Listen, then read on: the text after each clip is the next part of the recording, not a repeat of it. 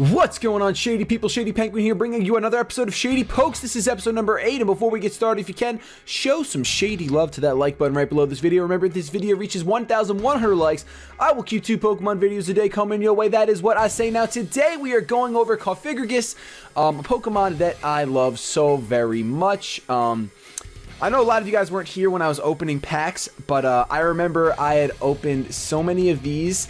This Pokemon appeared in so many packs. I was so angry. I did not want to see this Pokemon at all.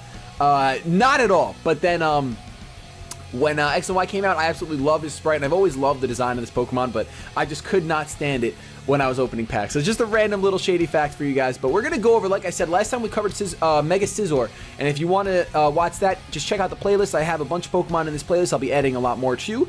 But we went over that last time, and now we will be going over Cofagrigus, which, you know what? Everyone pronounces it differently. What is the way that's most common? Cofagrigus. I think Cofagrigus is the most common way. I like Cofagrigus. It doesn't matter how you pronounce it. Either way, this thing is a monster. It is a tank. So let's go over. You can nickname this thing whatever you want. I'm just going to call it Coffin because that's what we call it in my videos all the time. Item, I would hold leftovers. You can also hold Rocky Helmet if you want, but leftovers is very good because Cofagrigus doesn't have that much recovery. I mean, it does have access to Pain Split, which is actually on the moveset right now, but we're not talking about that yet. I like leftovers on there, and it depends on your set. The ability, the only ability it has is Mummy. What the ability does is whenever this Pokemon makes contact with another Pokemon, their ability is changed to Mummy. So if an Azumarill uses an Aqua Jet on you, if you switch into that, it's going to lose huge power and it's going to have Mummy for the rest of the battle. That is absolutely huge, and you do not want to forget about that. What do you want to call it? I guess a trait.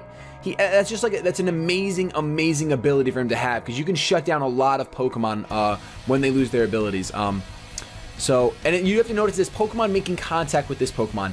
I found out, or according to you guys, I'm going to believe you guys, it's only when the opponent's Pokemon makes contact with you. If you use like knockoff on it, it's not going to matter. It's not going to give it Mummy. At least that's what I was told. If anyone has confirmation of that, leave a comment down below because I am pretty positive that is how it works, that you guys are right.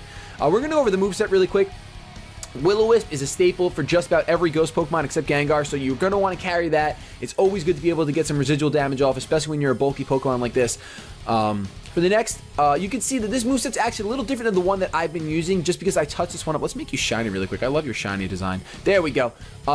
This moveset is a little different. I decided that if I were to make the perfect Cofagrigus, or what the ideal situation would be, I would run Shadow Ball over Hex because you don't want to rely on the fact of burning your opponents first and then hoping to go for a Hex.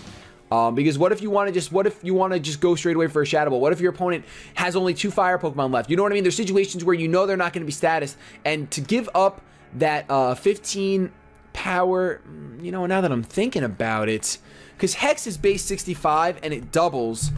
It doubles when your opponent is status, so it goes from 65 to 130.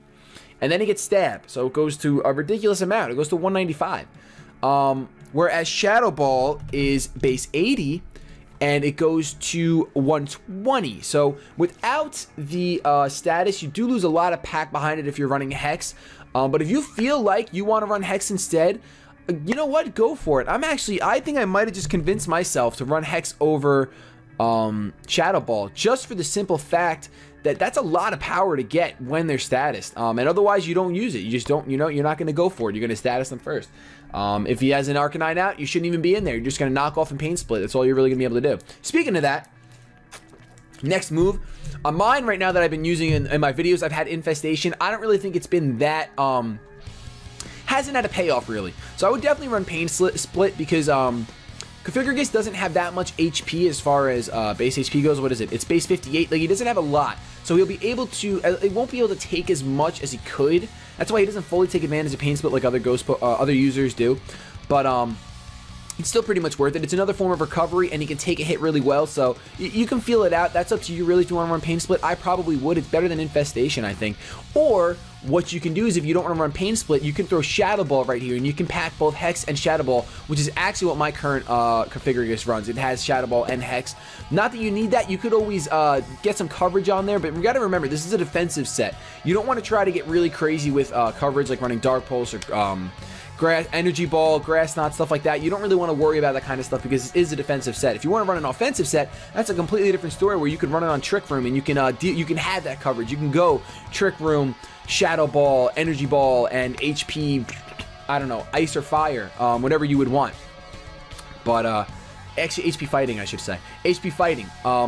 But that's completely up to you. This is a defensive set. That's the one you guys wanted, so that's why I'm going over it. So yeah, Pain Split can be switched out for Shadow Ball if you feel that, or if you do need coverage on your team and you just really don't like Pain Split, go ahead, throw Energy Ball on there, whatever you want. Just remember that this guy doesn't hit that hard. He's more of a defensive Pokemon. The last move slot, you should run Knockoff. I think that you should be running Knockoff. I think mine should be running Knockoff. It's not right now, but it will be soon. Because Knockoff's just too good not to have, especially on defensive Pokemon. I think that defensive Pokemon really take advantage of Knockoff, like my Assaultus Scrafty, which we will be going over in a couple videos, or even Mega Scizor to have Knockoff. Like we're going over, you have that option to go for Knockoff. It's just really good because you're coming in, you're taking a hit, and you're most likely walling that Pokemon when you come in. You're walling your opponent, and it's going to force your opponent to switch out. And unless they switch out to their Mega, you're going to knock off an item most likely. Most likely. Obviously, later in the battle, they might have used up their item or whatever, but most likely, you're going to cripple that Pokemon by knocking off its item. So I think Knockoff's definitely a move you want to have on this thing. If you're not running Knockoff, like I said, right now mine is running Infestation right here and Shadow Ball right here. So that's my current set. But as far as moves, I personally think that this is a much better set to be running. Like I said, if you don't like Pain Split, feel free to go for coverage. Feel free to go for Shadow Ball, whatever you want. Let's go over the EVs really quick so we can get the heck on to the next video. This is going to be a physically defensive Cofagrigus. He's going to have 252 in HP, 252 in defense with a positive defense nature, which you're going to want to run relaxed because this thing is already so slow that you don't even, like, there's no point in lowering either its attack or special attack because you're probably running Knockoff and you're running Hex. So you want your special and physical. You don't want to really take any hits with your special and physical attack. So lower your speed. It's already slow as poop, so it really doesn't matter. You're not outspeeding a darn thing uninvested, let's be honest. Then you can put the extra 4 into special defense just because why the heck not? If you want to put it into special attack, go for it, but I say put it into special defense because this is a bulky Pokemon. Just a couple quick notes before we end this video. I want to start doing this like I did with Mega Scizor. A couple key features. Do not forget about Mummy and the advantage that it can give you in the battle. If you need it, especially since you're a physical wall, get hit by an Aqua Jet from a Azumarill. Get hit by a Dragon Claw from a Dragonite. Just to break that multi-scale. That's just to get rid of it. That's fine. I mean, there's either way. That's a bad example. But you know what I'm saying. Look at what your opponent is using. If you can get rid of their ability and it's really going to help you, it's worth taking the hit, especially when you can Pain Split afterwards. Don't forget about the usefulness of Knockoff, and Will-O-Wisp is a key move. That is Cofagrigus' staple, is being able to burn things after taking a hit. So make sure you keep an eye on those key features. Hope you guys enjoyed this video. If you did, show some shady love to that like button. Have yourselves a good day. But above all else, keep it shady.